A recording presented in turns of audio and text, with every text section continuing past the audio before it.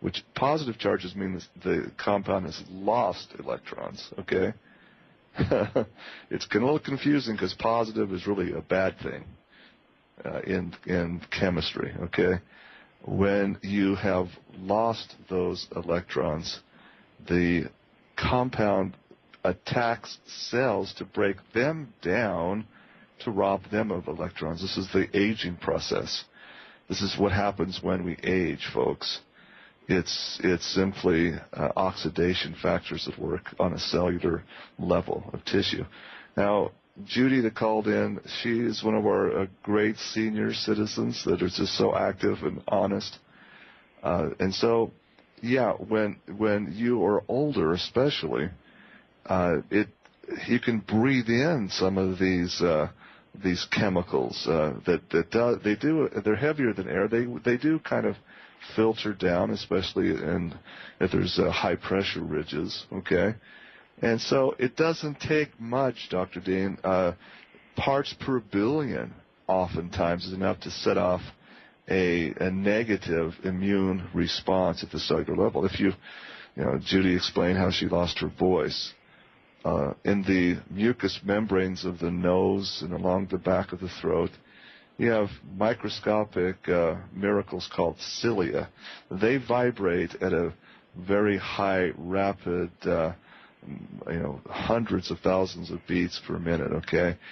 And it's proven that as the stronger your immune system is, the faster these cilia vibrate. This is your natural protection against incoming viruses, bacteria, etc. So if you, like Judy explained, if you lose your voice at times, you have chronic sinusitis, if you have chronic discharge, chances are pretty doggone good your cilia need a boost. And cilia are boosted by hydration factors, plain and simple. And so when you have a product that magnifies the hydrogen ions of a pure distilled water, you got a real recipe for good stuff there to increase your immune system. The product she talked about, Aqua Vivos put into distilled water, it didn't cure a thing. I got to tell you, it didn't do a thing. What it did do is it boosted her natural defense system, which did everything. Naturopathy, Dr. Dean, anybody that takes credit for something being cured is a charlatan. It doesn't happen that way. Your body is the hero. Your God-given natural immunity is the hero. So I'll leave it at that. Listening to this, I wonder how much water she was drinking. I mean, she probably, because she realized that this was doing some good for her, she may have increased her volume of water, which I recommend to everybody, that they increase their volume of water. If they're not 8 to 10 glasses a day, I'm going to say that they are dehydrated. They can't get enough water in the cells. And how many people do you know say, well, I drink so much water, why am I not hydrated? And, how many times do you hear that? And if they understood the basics, because the body cell will not accept dirty water. If it does... You can drink 100 glasses a day of alkaline tap water, and just like you can drink 100 glasses of ocean water, same principle, you will not hydrate. Water, just because it's wet, just because it's liquid, doesn't mean it hydrates you. That's it. And if it does accept that, then the body's in peril. Toxicity diseases occur. Fatigue to cancer. I mean, we can go on. But think about how we're trying to get the clean water, the rainwater, right? The rainwater with oxygen. In nature, it hits the ground, picks up minerals, not a lot of minerals, but some to activate the absorption process. And we have to duplicate that. Clean water, oxygen, minerals, that very simple thing. And you can't think that you're taking in water that is not pure, that's full of chlorine and fluoride, etc., and hydrating yourself. You're dehydrating yourself. Yeah.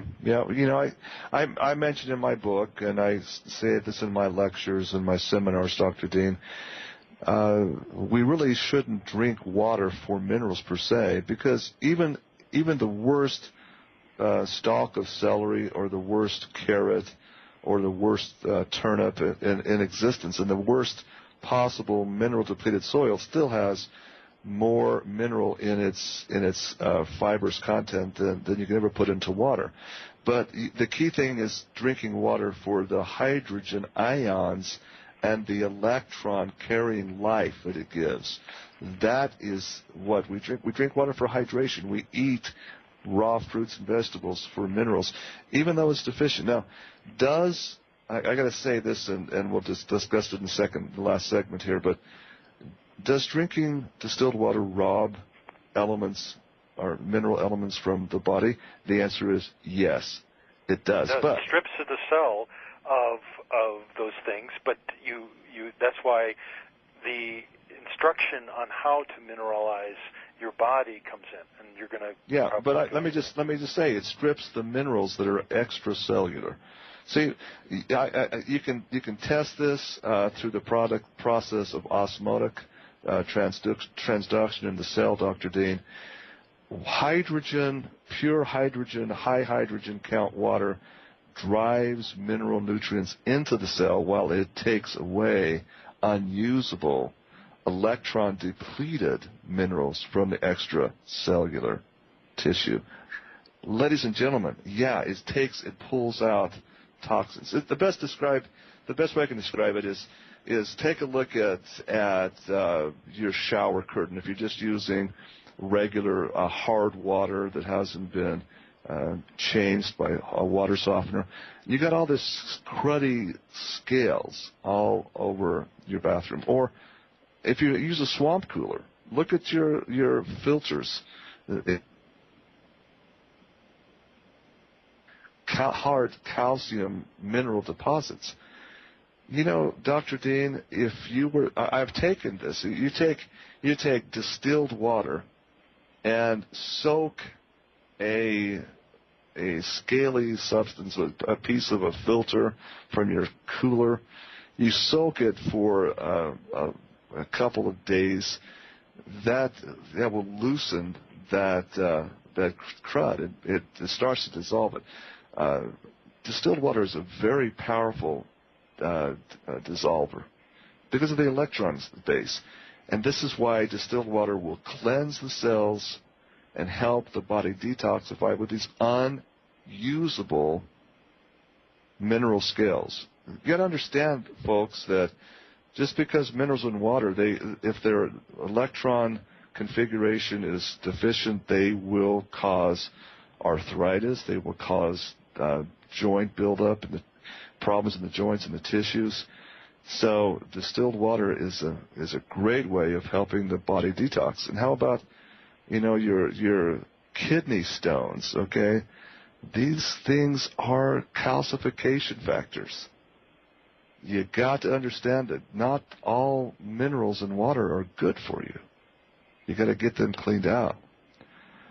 You want to know how you can tell if you're hydrated? One of Sure. the ways, one way. I'm not recommending you do this, but you can tell if you're hydrated or not is to drink alcohol, have a hangover, drink some water, and see if you get over your hangover. Because that's the reason. Your hangover is because your brain is dehydrated. Excellent point. Let's talk about that when we come back. Hopefully there's not too many people listening to this show that are suffering from a hangover this morning. But we'll talk about the role of alcohol at the cell level, and really the drunkenness is a dehydration symptom. We'll talk about that when we come back. Thanks, Dr. Dean Lloyd is my guest today. We'll be right back with more as the story behind the story continues. Don't go away. And welcome back, ladies and gentlemen. Welcome back to the final segment of today's story behind the story. Dr. Dean Lloyd is my guest. And Dean, let's talk about what happens when the blood alcohol level spikes to a certain point. Does it not affect the blood corpuscles, the red blood cells, the hemoglobin, ability to carry oxygen and hydration to the brain? In cases where medication, pharmaceutical drugs do not hydrate people, drug like alcohol has to be converted by the liver into vinegar, and then it can be eliminated. Now, if you don't mind, I'd like to talk a little bit of science here, because what's being added to the water these days? Chloramine, right? Antidepressants, the statin drug residues are being found in our water, and they're not being tested for. Yeah, a large amount. Large amounts. And what do these things do, Drew? They control mind. They control heartbeat. And it affects the lymphocytes to turn on things like the CD reflex and the cytokine enzymes in the lymphocytes that affects our immune systems. And what does that do?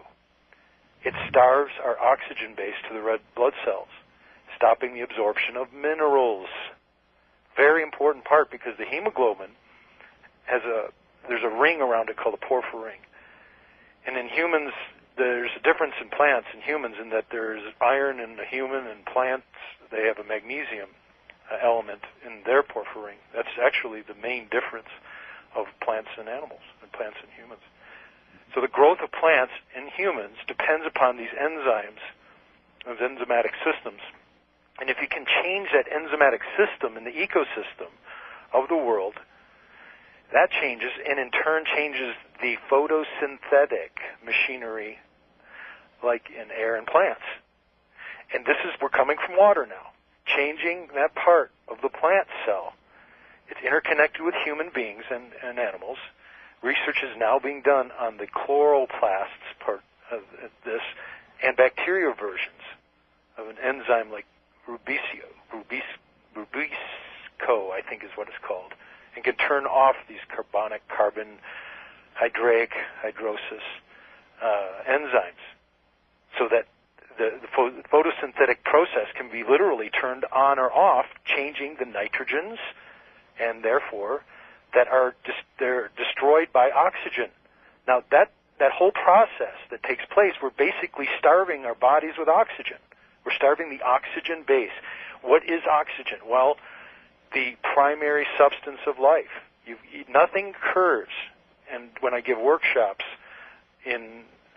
I teach practitioners on a variety of different things in Oriental medicine, and I also talk about detoxification, and I put the question out there saying, what does oxygen do? Okay, we've got a lot of educated people here. Let's think about this. What does oxygen do? And few people answer, well, oxygen is primary source of where energy happens. I said, good, all right. But what you have in oxygen is the lineup of all those carbons for energy potential. And if you don't have oxygen, that energy potential will die. You have to have the oxygen to light the fire, like a snap. And if it does, you then trigger the enzyme response for ATP production through that oxygen antioxidant activity. Now, for those listeners that don't know Dr. Dean's credentials, again, please learn about his work at Accutone.com, the aerobic spas. But Dr. Dean has written books, is an expert on Chinese acupuncture and Chinese herbals and Chinese medicine.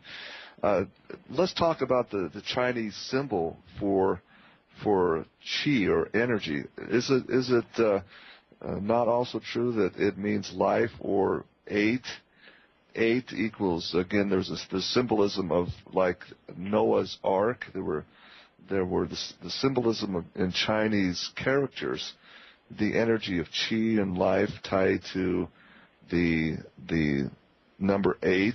And is it just coincidence that in oxygen, life, qi, there's 8 electrons? How they knew things in ancient China, as I had broken down from Old Chinese to New Chinese and Chinese into English, I realized the brilliance of the system that they had been creating. And oxygen, or the prana, as the Ayurvedic practitioners would use the term of qi in Chinese medicine.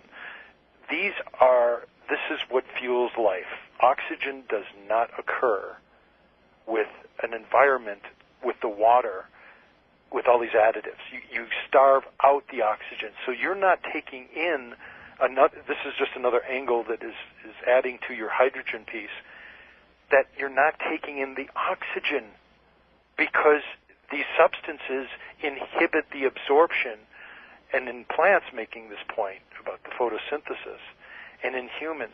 So realizing that what we're illustrating here is the environment of the body, nothing changes until we address the most fundamental piece, which is that you are addressing the cellular